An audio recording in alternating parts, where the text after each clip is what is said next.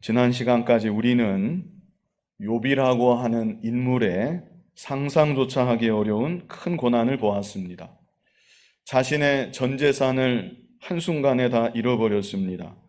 그리고 사랑하는 일곱 아들 세 딸마저 사고로 인하여 한순간에 다 잃고 말았습니다. 정말 견디기 어려운, 그냥 버티는 것조차 쉽지 않을 것 같은 큰 고난을 욥은 경험하였던 것입니다. 그런데 욥은 그런 고난 가운데 입을 열어 고백하기를, 내가 모태에서 알몸으로 나왔은즉 알몸이 그리로 돌아가올지라. 주신 이도 여호와시요 거두어 가신 이도 여호와시오니 여호와의 이름이 찬송을 받으실지니이다. 하나님을 찬송하면서 하나님을 조금도 원망하지 않았습니다. 이어지는 2장에서는 욥이 또 다른 차원의 또 다른 고난을 경험하는 것을 우리가 보았습니다. 아무것도 남은 것이 없이 다 잃어버린 욥인데, 아무것도 가진 것 없는 욥인데, 그런 욥에게 발바닥에서 정수리까지 지독한 종기가 온 몸을 다 뒤덮게 된 것입니다. 그저 듬성듬성 종기가 여기저기 난 게 아닙니다. 종기가 빽빽하게 온몸을 다 뒤덮어 버렸습니다. 그래서 저 사람이 도대체 누구인가 알아볼 수 없을 정도의 그런 모습이 되었습니다. 그 고통은 또 얼마나 컸겠습니까? 그래서 욥이 재 가운데 앉아서 극심한 고통 속에 질그릇 조각으로 자신의 온몸을 긁고 또 긁는 모습이 되고 말았습니다. 그 모습을 보고 있던 욥의 아내가 당신 그러고도 당신의 온전함을 지키겠습니까? 하나님을 욕하고 그냥 죽으십시오. 그러나 욥은 그런 아내를 향해서 당신의 말이 한 어리석은 여자의 말과 같습니다. 우리가 하나님께 복을 받았은즉 화도 받지 아니하겠습니까? 욥은 이렇게 아내를 타이르면서 그런 극심한 고통 가운데도 욥은 자신의 입술로 하나님과 사람 앞에서 범죄하지 않았다고 말씀했습니다. 그리고 2장을 마무리하면서 욥의 세 친구들이 등장하는 것을 우리가 보았습니다. 욥의 세 친구들 이름이 무엇이었죠? 엘리바스, 빌닷, 소발이었습니다. 이제 계속 나옵니다. 번갈아 가면서 나옵니다. 엘리바스, 빌닷, 소발. 이 세 친구들은 욥의 모습을 보자마자 큰 소리를 내면서 울고 욥과 함께 슬퍼하고 욥을 보면서 아무 위로의 말도 못한 채 7일 동안 묵묵히 욥과 함께 그 자리를 지켰다고 했습니다. 이제 이어지는 오늘 본문 3장은 그렇게 7일이 지났습니다. 7일 동안 욥과 세 친구들은 서로 간에 아무 말도 하지 않았습니다. 그리고 7일 동안 욥의 육신의 고통은 점점 더 극심해져 갔습니다. 이제 7일이 지난 다음에 욥이 먼저 입을 열어서 깊은 탄식을 내뱉는 장면이 오늘 본문 3장에 기록되어 있습니다. 자, 참고로 3장부터 42장 6절까지 한 줄도 빼놓지 않고 전부가 시입니다. 3장부터 42장 6절까지가 시입니다. 욥기 성경이 42장 17절까지 있는데 1장과 2장 그리고 42장 7절로 17절까지만 보통 그립니다. 산문이라 그러죠. 1장하고 2장 그리고 42장 7절로 17절까지만 그냥 보통 그리고 그 중간에 있는 3장부터 42장 6절까지는 전부가 다 시입니다.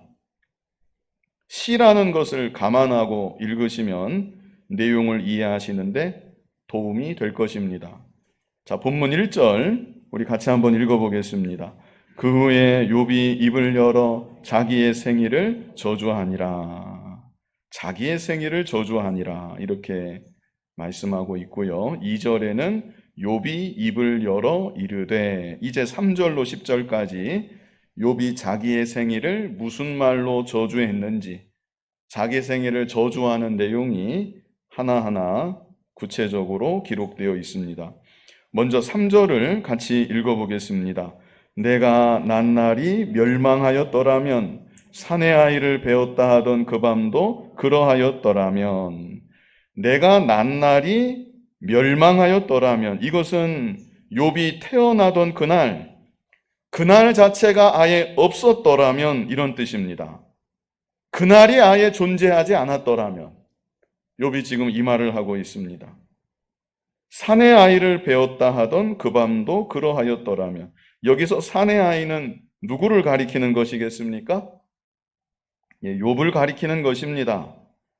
그래서 자신을 배웠다 하던, 자신을 잉태했다 하던 그 밤도 만약 없었더라면, 그런 의미입니다. 자, 4절 같이 한번 읽어보겠습니다. 그날이 캄캄하였더라면, 하나님이 위에서 돌아보지 않으셨더라면, 빛도 그날을 비추지 않았더라면. 같은 맥락의 말이 계속됩니다. 9절까지 계속됩니다. 자신이 태어나던 그날이 캄캄하였더라면, 아예 그날이 세상에 존재하지 않았더라면, 같은 의미입니다. 그리고 이제 계속해서 9절까지 같은 의미의 말이 여러 가지로 반복돼서 표현되고 있는데요. 제가 앞에서 말씀드린 대로 3장부터 42장 6절까지가 다 시입니다. 시는 같은 말을 반복하기 때문에 시입니다. 여러 가지 말로 비유하고 때로는 자신의 감정을 좀 과장해서 표현하기도 합니다. 시이기 때문에 그렇습니다. 그리고 중요한 것은 이렇게 계속 반복하는 다양한 표현들을 통해서 욥은 자기 자신이 지금 얼마나 큰 슬픔 속에 있는지, 얼마나 큰 고통 속에 있는지 나타내고 있는 것이고, 오늘날 우리들도 이런 구절구절들을 통해서 욥의 고통이 얼마나 극심했는지 조금이나마 더 생생하게 느껴볼 수가 있는 것입니다. 자, 5절 말씀 같이 한번 읽어보겠습니다. 어둠과 죽음의 그늘이 그날을 자기의 것이라 주장하였더라면, 구름이 그 위에 덮였더라면, 흑암이 그날을 덮었더라면. 무슨 의미인지 이해가 되시죠? 욥이 태어났던 그날을 말하는 것입니다. 그날이 아예 없었더라면. 계속해서 같은 말을 여러 가지 표현으로 하고 있습니다. 6절에는 그 밤이 캄캄한 어두움에 잡혔더라면, 해의 날수와 달의 수에 들지 않았더라면. 자, 7절을 같이 한번 읽어보겠습니다. 그 밤에 자식을 베지 못하였더라면, 그 밤에 즐거운 소리가 나지 않았더라면. 앞에 있는 그 밤은 욥이 어머니 뱃속에서 잉태되던 그 밤을 가리킵니다. 그 밤에 자신이 잉태되지 않았더라면, 이런 의미인 것이죠. 뒤에 있는 그 밤은 욥이 태어나던 그 밤을 가리킵니다. 우리나라도 옛날에 그랬었지만 욥이 살던 이 당시도 남자아이가 태어날 때 많은 사람들이 기뻐했습니다. 지금은 그렇지 않지요. 지금은 오히려 딸을 더 좋아하는 면이 있는데 이 당시 그랬다는 것입니다. 그래서 그 밤에 욥이 태어나던 그날 밤에 즐거운 소리가 나지 않았더라면, 이것은 아예 자신이 태어나지 않았더라면, 이런 의미인 것입니다. 8절 같이 한번 읽어보겠습니다. 나를 저주하는 자들, 곧 리워야단을 격동시키기에 익숙한 자들이 그 밤을 저주하였더라면. 이것은 무슨 의미인가? 같은 맥락의 말인 것은 맞는데요, 좀 설명이 필요할 것 같습니다. 나를 저주하는 자들, 누구를 말하는 것인가? 하나님을 가리킨다는 해석이 있습니다. 그러나 나를 저주하는 자, 만약 그렇게 단정적으로 말했다면 하나님이실 수 있겠는데, 여기는 정확하게 뭐라고 썼습니까? 나를 저주하는 자가 아니라 나를 저주하는 자들, 그랬죠? 복수입니다. 한 사람이 아니고. 그래서 이 구절은 하나님이 아니라 주술사들을 가리키지 않겠는가 이렇게 봅니다. 주술사들. 그리고 리워야단, 이 리워야단은 히브리어를 발음나는 대로 그대로 옮겨 적은 것입니다. 히브리어 원래 발음대로는 리브야탄 이렇게 읽는데요. 그 말을 리워야단 이렇게 우리말로 그냥 옮겨 적은 것입니다. 그러면 이 리워야단은 무엇인가? 그냥 단순하게 영어 번역본을 보면 악어라고 번역하는 경우도 있습니다. 그런데 보통은 큰 바다 생물, 어마어마하게 거대한 바다 생물을 일컫는다고 이렇게 이해를 합니다. 욥이 살았던 그 고대 시대, 실제 존재했던 짐승이었는지 아니면 상상 속의 짐승이었는지 그에 대해서는 의견이 분분합니다. 아무튼 거대한 바다 생물을 이 리워야단이 의미한다고 보통 이해합니다. 공룡이라고 보는 견해도 있습니다. 공룡이었을 것이다. 참고로 욥기 41장에 리워야단에 대해서 보다 자세한 설명이 나옵니다. 아무튼 이 거대한 생명체를 격동시키기에 화나게 하기에 익숙한 자들이 그 밤을 저주하였더라면 자신이 태어나던 그날을 저주해서 자신이 태어나지 않았더라면 역시 이런 의미입니다. 욥이 주술가의 힘을 믿어서 이런 말을 쓴 것은 아닙니다. 계속 말씀드리지만 이것은 시적인 표현입니다. 여러 가지 표현으로 자신의 생일을 저주하면서 내가 만약 그날 태어나지 않았더라면 이 말을 반복적으로 하고 있는 것입니다. 9절 같이 한번 읽어보겠습니다. 그 밤에 새벽별들이 어두웠더라면 그 밤이 광명을 발할지라도 얻지 못하며 동틈을 보지 못하였더라면 좋았을 것을. 이렇게 계속해서 이 9절 같은 경우는 내가 태어나던 그날이 아예 없었더라면 이 말을 또한 반복하고 있는 것입니다. 자, 이어지는 10절 같이 한번 읽어보겠습니다.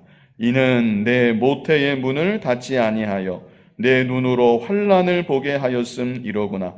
그러나 3절부터 9절까지 그랬더라면 이것은 욥의 소망일 뿐 그런 일은 일어나지 않았던 것입니다. 욥은 태어났던 것이고 그래서 지금 이렇게 내가 큰 환난을 경험하고 있구나. 욥이 지금 그 말을 하고 있는 것입니다. 내가 아예 나지 않았더라면 좋았을 뻔했는데 내가 태어나던 그날 존재하지 않았다면 좋았겠는데 그런 일은 없었고 나는 태어났고 그래서 내가 이렇게 지금 말로 다 할 수 없는 환난을 겪고 있구나. 여기까지 욥의 고통이 얼마나 극심한지 욥의 마음이 얼마나 괴로운지 우리가 충분히 생각할 수 있습니다. 그런데 여기에서 우리가 주목해서 볼 것이 있습니다. 무엇을 주목해서 봐야 되는가? 욥은 이렇게 내가 왜 태어났을까? 내가 차라리 태어나지 않았더라면, 내가 태어났던 그날이 아예 없었더라면 이런 말을 반복해서 또 하고 있는데 그럼에도 자신을 낳아주신 부모님을 원망하지는 않는다는 것입니다. 지금까지 부모님에 대한 언급이 한 구절도 없었습니다. 자기가 난 나를 저주하고 있는데 자기를 낳아주신 부모님에 대해서는 한마디 원망의 말이 없다는 것입니다. 그리고 더 나아가서 더 중요한 건 이겁니다. 하나님 아버지를 향하여서는 감히 험한 말을 내뱉지 않는다는 것입니다. 지난 시간에 욥의 아내는 욥을 보고 뭐라고 했습니까? 하나님을 어떻게 하라 그랬습니까? 하나님을 욕하고 죽으십시오. 욥의 아내는 욥을 보고 그렇게 말했습니다. 이 말만 보고 욥의 아내를 너무 나쁜 여자로 생각하면 안 된다고 저는 그렇게 봅니다. 저는 개인적으로 이건 제 생각인데 욥의 아내가 어느 정도 이상은 충분히 되는 괜찮은 여인이었을 것이다. 저는 그렇게 생각합니다. 욥의 아내가 욥과 함께 적어도 40년 정도는 함께 살았던 여인입니다. 욥과 함께 10자녀를 낳았고 10자녀가 다 장성하도록 잘 길렀고 욥과 함께 화목한 가정을 이루고 행복하게 수십 년을 함께 살아왔던 여인이 욥의 아내입니다. 경건하고 믿음 좋은 욥이 아무하고나 만나서 살았겠습니까? 또 가정에서 아내의 역할, 어머니의 역할이 얼마나 중요합니까? 그런데 욥의 7 아들 3 딸은 하나같이 믿음이 다 좋았습니다. 그러므로 욥의 아내도 보통 이상은 되는 여인이었을 것이다. 저는 그렇게 생각이 됩니다. 그러나 그럼에도 불구하고 우리가 앞에서 보았던 그 정도의 고난을 경험하니까 그런 여인도 그만 그렇게 되고 말았다는 것입니다. 하나님을 욕하고 죽으십시오. 오늘날 우리들도 만약 욥과 같은 고난을 만난다면 욥의 아내와 같은 모습이 될 가능성이 있을까요? 없을까요? 어떠실 것 같습니까? 없지 않아 있다고 봐야 될 것 같습니다. 그러나 욥은 그렇지 않았다는 것입니다. 앞서 경험했던 상상조차 할 수 없는 고난을 다 겪었지만 거기다가 지금 그 육신의 고통이 점점 더 극심해지는 가운데 있었지만 욥은 하나님을 향해서 아무 말이나 하고 싶은 대로 그냥 내뱉지는 않았다는 것입니다. 자기를 향해서는 온갖 막말을 다 쏟아내었지만 하나님을 향해서는 한마디의 막말도 하지 않았던 것입니다.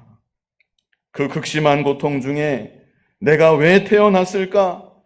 자신이 태어난 날을 저주해 보았지만 그럼에도 하나님에 대해서는 경외하는 마음을 잃지 않고 하나님 앞에 지켜야 될 기본적인 선을 끝까지 지키고 있는 욥의 모습을 우리가 발견할 수 있는 것입니다. 이어지는 11절부터는 이제 욥이 앞에서는 자신의 생일을 저주했는데 좀 더 나갑니다. 이제 좀 더 나가서 자신이 태어나서 살아있다는 사실을 한탄합니다. 그 어조가 더 강해지는 것을 볼 수가 있습니다. 우리 11절 말씀 같이 한번 읽어보겠습니다. 어찌하여 내가 태에서 죽어 나오지 아니하였던가? 어찌하여 내 어머니가 해산할 때에 내가 숨지지 아니하였던가? 표현이 더 강하지요? 어찌하여 내가 태에서 죽어 나오지 아니하였던가? 차라리 사산이 되었다면, 내가 사산이 되었다면 지금 이와 같은 고통은 겪지 않았을 텐데 이런 말을 하고 있는 것이죠. 어찌하여 내 어머니가 해산할 때에 내가 숨지지 아니하였던가? 사산은 아니지만 내가 태어나는 그 순간에 왜 바로 죽지 않았는가? 이런 한탄을 지금 하고 있습니다. 12절 같이 한번 읽어보겠습니다. 어찌하여 무릎이 나를 받았던가? 어찌하여 내가 젖을 빨았던가? 자신이 죽지 않고 건강하게 태어나서 어찌하여 나를 받게 되었는가? 이런 뜻입니다. 그리고 태어난 뒤에 어찌하여 내가 젖을 빨았던가? 건강하게 태어났어도 자기가 엄마 젖을 빨지 않았으면 별 수 있습니까? 엄마 젖 안 빨았으면 죽었겠는데 왜 내가 젖을 빨았던가? 이런 한탄까지 하고 있습니다. 자, 13절 같이 한번 읽어보겠습니다.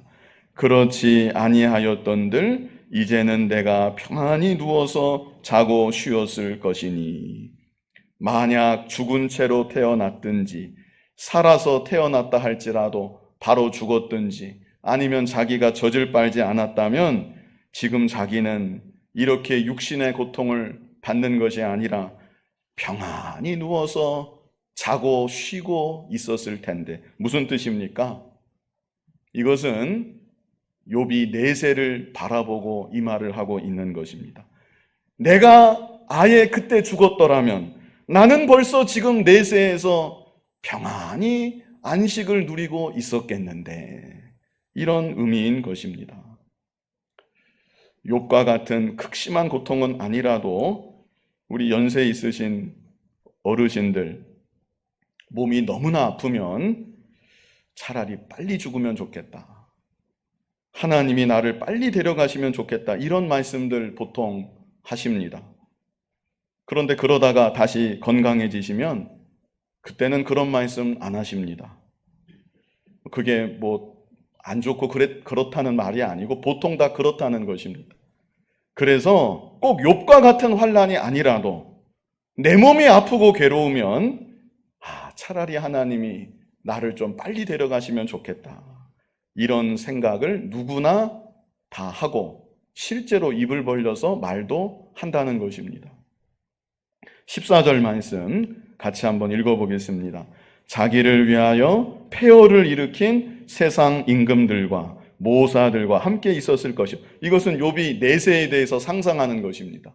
내가 내세에 안식하고 있었다라면 이런 사람들도 아마 지금쯤 만나서 함께하고 있었을지 모르겠는데 임금들, 모사들, 이런 자들, 영웅호골들 같은 사람들, 내가 이런 사람들과 아마 이렇게 즐겁게 지내고 있을지 모르겠는데 15절 말씀 같이 읽어보겠습니다.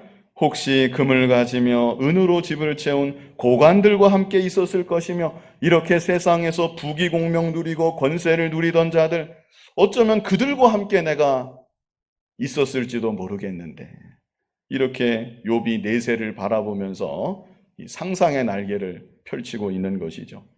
16절 말씀 같이 한번 읽어보겠습니다.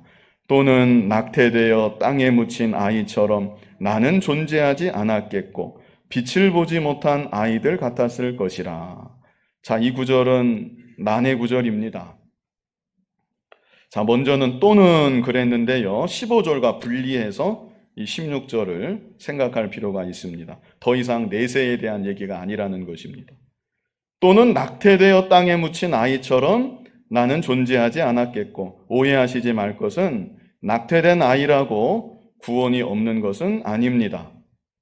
우리는 알 수 없지만 구원은 오직 하나님의 주권 가운데 있는 것입니다. 오늘 오전에 세례 요한이 엄마 뱃속에서 6개월밖에 되지 않았는데 그럼에도 예수님을 알아보고 엄마의 복중에서 기뻐서 뛰었다고 우리가 그 구절을 같이 보았습니다. 그러므로 복중에 있는 아이라 할지라도 복중에서 형성되고 있는 아이라 할지라도 하나님께서 그 아이에게 은혜를 주시고 하나님께서 성령으로 감동하시면 그 아이일지라도 구원받을 수 있는 것입니다.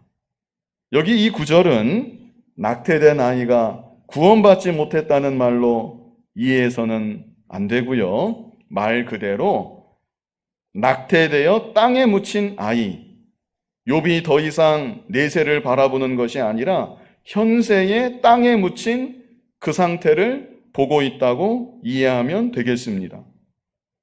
그래서 욥은 내세를 굳이 생각하지 않아도 지금 이렇게 살아서 고통받는 것이 아니라 내가 그저 죽은 상태로만 있다 해도 참 좋겠다. 그 말을 지금 하고 있는 것입니다.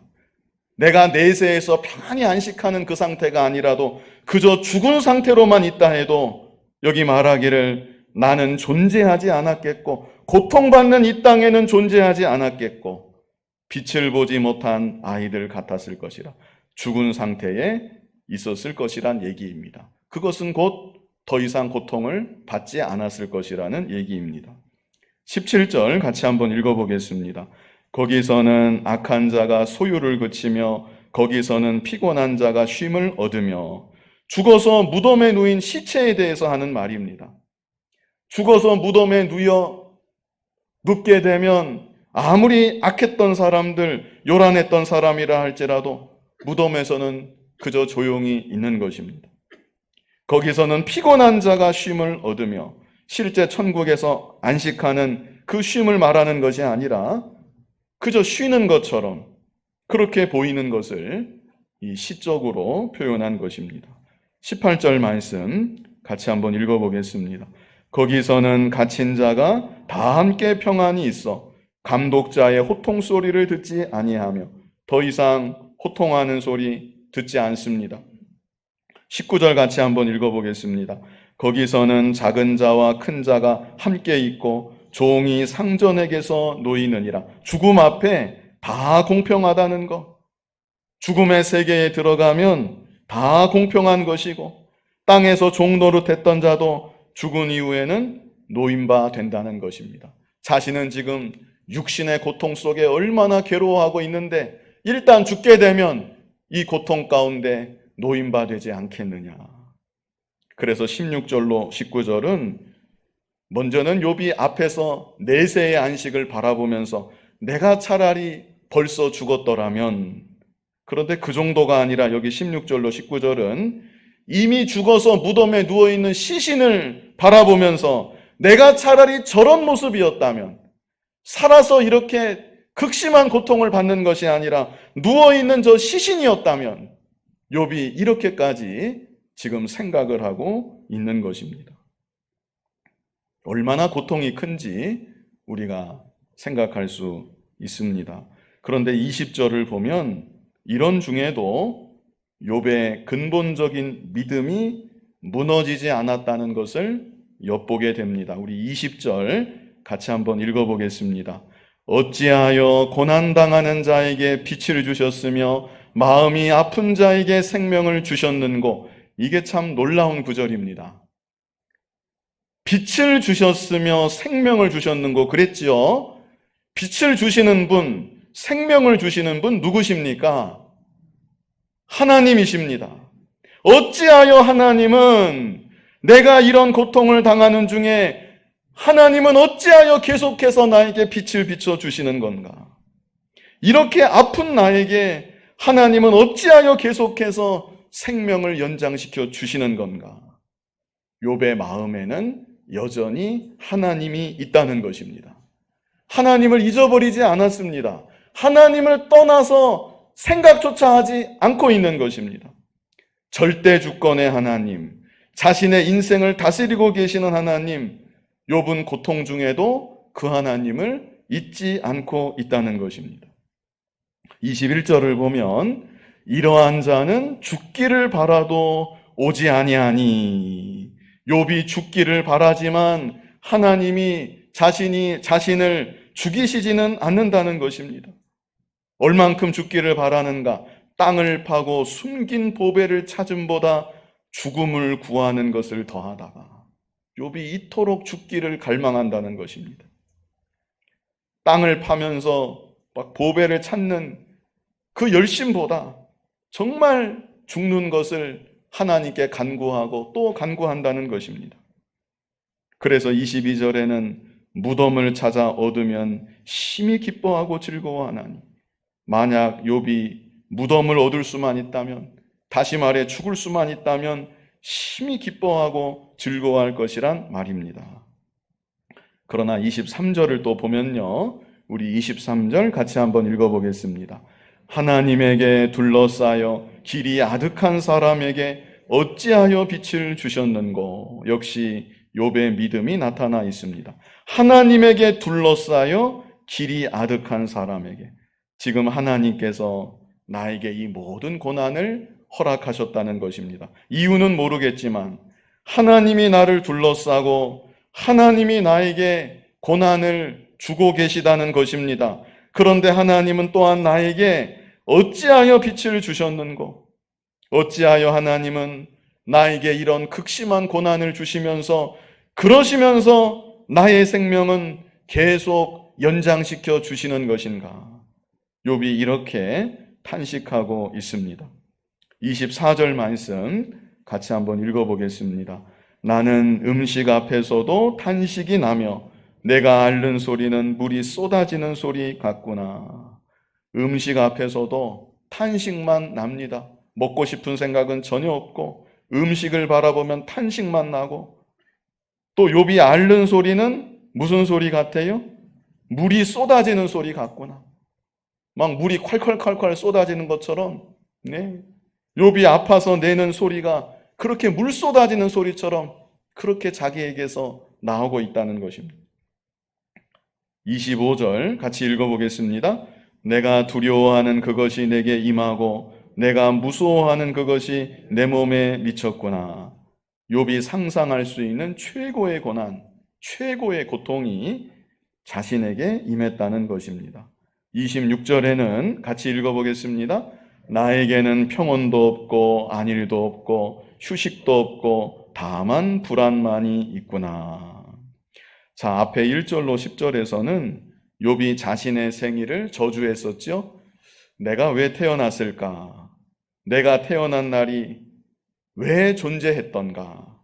차라리 내가 태어나지 않았다면 이런 고통을 받지는 않았을 텐데, 이렇게 욥이 자신의 생일을 저주하면서 온갖 험한 말을 다 쏟아부었습니다.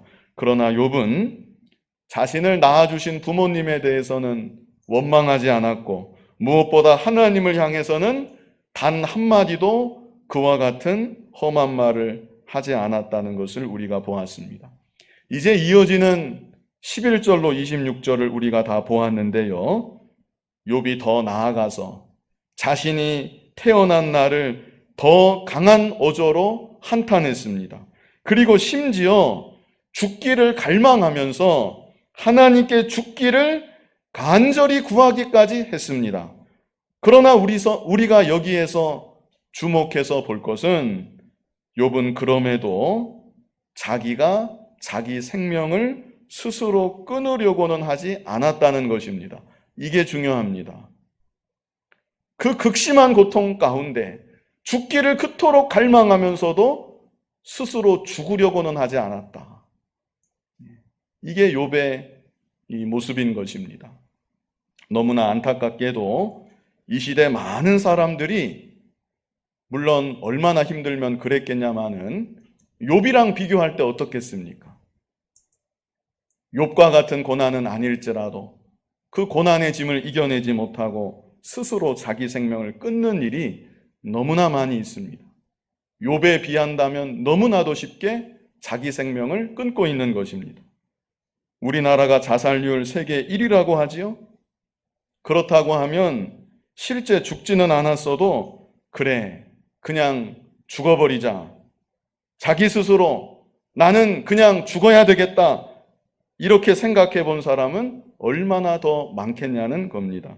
그러나 욥은 우리로서는 상상조차 할 수 없는 극한의 환난을 다 겪었고, 지금도 죽을 것 같은 육신의 극심한 고통을 당하고 있는 가운데도, 그래서 오죽하면 하나님께, 하나님 제발 저를 죽여주시옵소서 간구할 수밖에 없는 상황 가운데 있었지만, 자기 스스로는 자기 생명을 스스로 끊고자 하는 시도는 물론이고 그런 생각조차 단 한 번도 하지 않았다는 것입니다.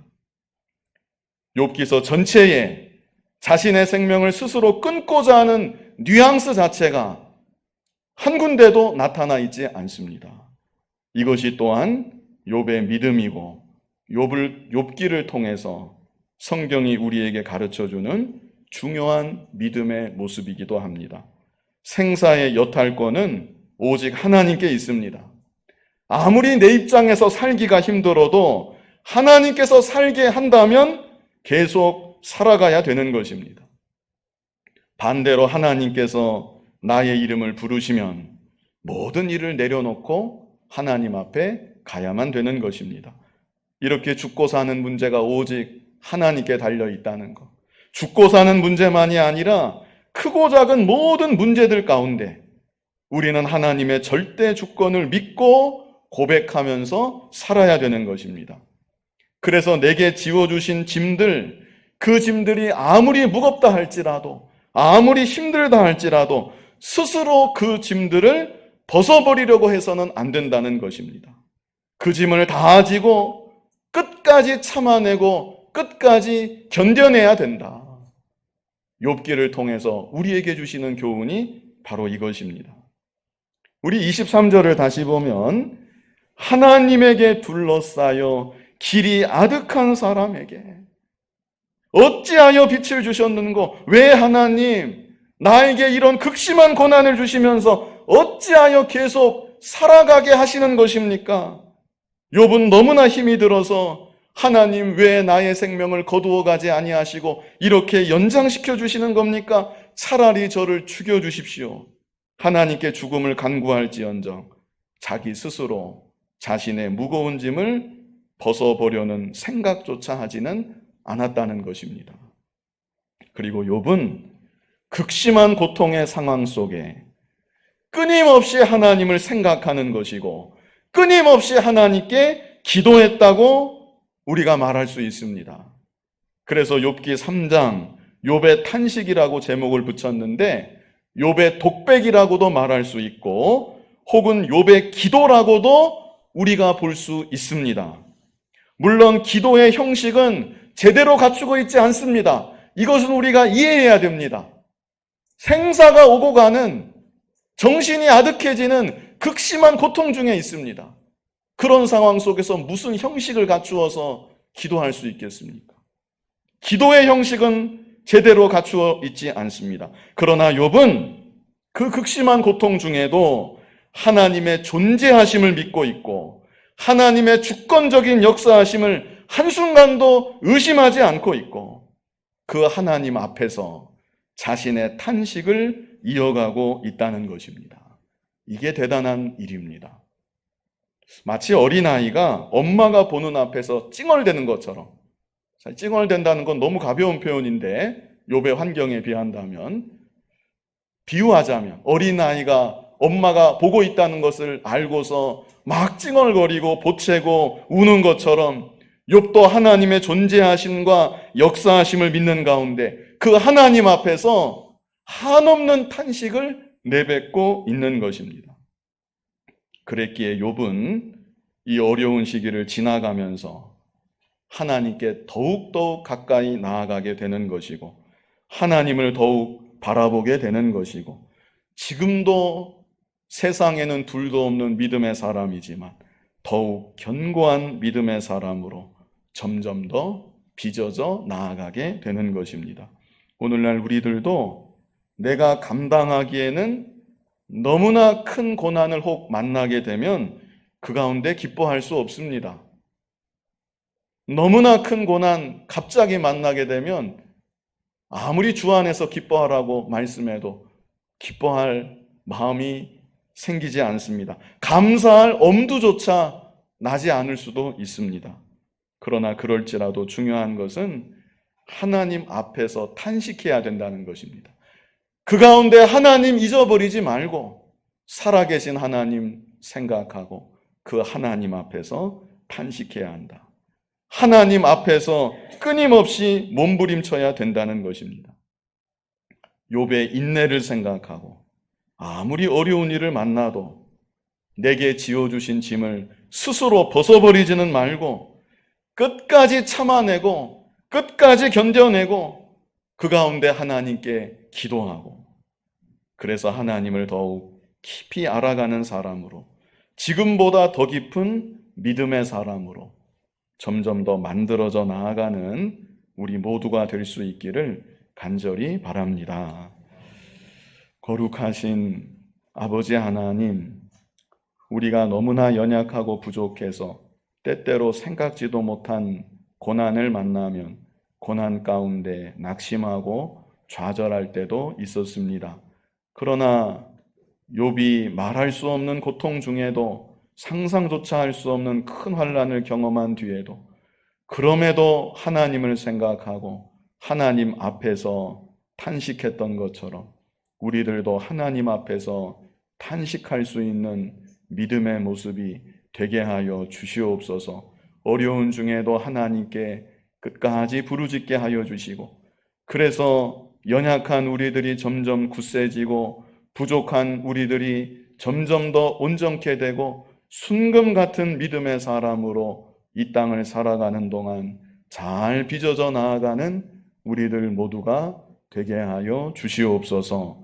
예수님 이름으로 기도하옵나이다. 아멘.